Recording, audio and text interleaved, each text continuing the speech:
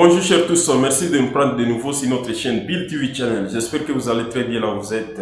Moi je me porte aussi très bien. Ravi de vous rencontrer. À la une, voici notre carnet de faux du jour. Vous savez, le président de la République démocratique du Congo, son excellence M. Félix Antoine Tshisekedi Tshilombo, il s'est rendu en Europe, précisément en Suisse, où il est parti prendre part dans une réunion qui va rassembler quelques dirigeants du monde entier et les hommes d'affaires. C'est toujours pour l'avantage de notre pays. Suivez le reportage. C'est sous un froid glacial, tôt dans la matinée de ce lundi 20 janvier 2025, que l'avion présidentiel de la République démocratique du Congo s'est posé sur le tarmac de l'aéroport international de Zurich, en Suisse. À sa descente d'avion, le président de la République Félix Antoine Tshisekedi Tshilombo a été accueilli par un comité officiel restreint constitué de l'ambassadeur de la RDC dans la Confédération helvétique, la ministre des Affaires étrangères, la ministre de l'Environnement et le ministre de Mines. Le chef de l'État vient participer aux côtés de nombreux autres leaders mondiaux à la 55e édition du Forum économique mondial de Davos. L'événement, qui se déroule du 20 au 24 janvier, réunit l'élite économique et politique mondiale pour discuter des défis actuels de l'humanité. Il s'agit notamment de répondre aux chocs géopolitiques, de stimuler la croissance pour améliorer les niveaux de vie et mener une transition énergétique juste et inclusive. Collaborer à l'ère de l'intelligence, tel est le thème de l'édition 2025. Un thème qui souligne l'importance cruciale de la coopération mondiale à une époque où les avancées technologiques à l'instar de l'intelligence artificielle, l'informatique quantique ou encore la biotechnologie transforment rapidement les sociétés. Le président Félix Tshisekedi va profiter de ces assises pour annoncer un vaste projet structurant de lutte contre le changement climatique pour la préservation de la biodiversité en République démocratique du Congo. En marge de cette réunion annuelle, des audiences et des rencontres en bilatéral sont aussi au menu de l'agenda du chef de l'État. Peine de mort. Contrairement à ce qui se vit sur les réseaux sociaux, le président de la République démocratique du Congo a éclairé l'opinion publique sur cette question lors d'une réunion qu'il avait tenue avec le corps diplomatique. La réunion dans laquelle il présentait ses vœux de nouvelles, le président de la République a éclairé le public en disant que jusque-là, il n'y a pas eu de peine de mort.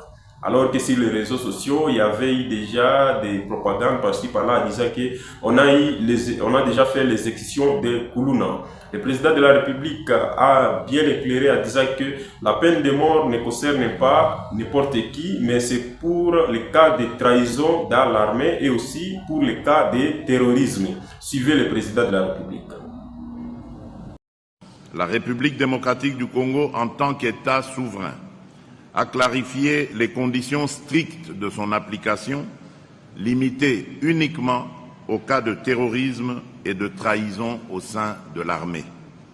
Cependant, il est important de souligner qu'à ce jour, aucune exécution n'a été menée, témoignant de notre engagement à faire évoluer cette question dans un cadre réfléchi et respectueux des droits fondamentaux. La justice congolaise doit refléter notre souveraineté, notre dignité et notre vision d'une nation forte où l'impunité et l'indiscipline n'auront plus de place. Aussi, lors de cette réunion, le président de la République avait demandé que la communauté internationale puisse cibler des sanctions contre le Rwanda. Il a demandé cela. Le fait de dénoncer, ça ne suffit pas. Il faut aussi cibler des sanctions. Suivez-les. Les preuves accablantes présentées dans le rapport des experts des Nations Unies ne laissent aucune place au doute. Des sanctions concrètes et immédiates doivent être adoptées pour mettre fin à cette agression et prévenir une escalade régionale. Mais ces engagements ne suffisent pas. Nous attendons de la communauté internationale bien plus qu'un discours de solidarité. Ce dont la République démocratique du Congo a besoin de la part de ceux qui se considèrent comme ses amis, ce sont des actions décisives, d'un soutien concret et d'un engagement ferme pour répondre aux défis sécuritaires, économiques et humanitaires auxquels nous faisons face. La République démocratique du Congo ne demande pas de l'aide. Elle exige une solidarité juste et équitable, fondée sur le respect de sa souveraineté, de son intégrité territoriale et de ses droits fondamentaux. Ce soutien n'est pas une faveur, c'est une responsabilité collective dans la préservation de la paix et de la sécurité internationale. La communauté internationale doit maintenant transformer ces déclarations en actions tangibles et dissuasives. Des sanctions ciblées contre le Rwanda, ses responsables militaires et politiques impliqués dans ces exactions, ainsi que leurs réseaux financiers sont impératives. Affaire Corneille Nangaa. Comme vous le savez, Corneille Nangaa a trahi toute une république. C'est pour cela que, comme c'était annoncé, le ministre de la Justice a dit que les biens et les immeubles de Corneille Nangaa seront vendus aux achères pour indemniser les victimes de l'agression rwandaise à l'est de la République démocratique du Congo. C'est ainsi que ce 30 janvier, vous êtes appelés à venir acheter ces biens et ces immeubles et ces terrains. C'est pour cela. Voici la liste de ces biens qui sont saisis et qui seront vendus aux achères.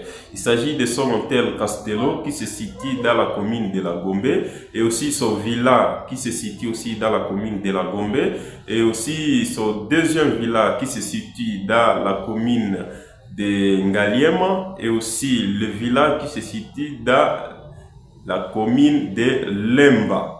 Et aussi, il s'agit de deux appartements qui se situent aussi dans la commune de la Gombe. Et aussi, il s'agit de ces maisons qui sont en construction, qui se situent dans la commune de Kinshasa. Et aussi, il y a une parcelle vide clôturée. Vous êtes appelés à venir acheter ces biens pour indemniser les victimes de l'Est de la République démocratique du Congo. C'est un beau marché confié par le gouvernement de la République. Hier, le 20 janvier 2025, il y a eu l'inauguration du président des États-Unis, Donald Trump. Lors de son investiture, lui a dit qu'il sera un artisan de la paix. Donc, il va promulguer la paix au travers le monde entier. Ça nous donne un espoir, nous les peuples congolais. Votre commentaire dans les barres de commentaires est nécessaire. Suivez-les. Ce dont je serai le plus fier, ce sera d'être un artisan de paix et un unificateur, quelqu'un qui réunit. Hier, dès la veille de ma prise de fonction, les otages au Moyen-Orient ont commencé à rentrer chez eux, à retrouver leur famille.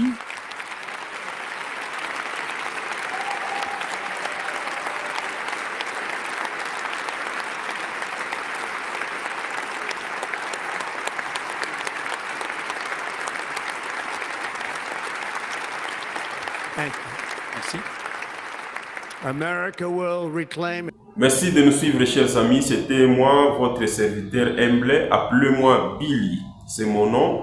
Et merci aussi pour vos suggestions, pour notre évaluation, pour notre avancement dans ce service que nous avons déjà adopté. Merci de nous suivre. Bye.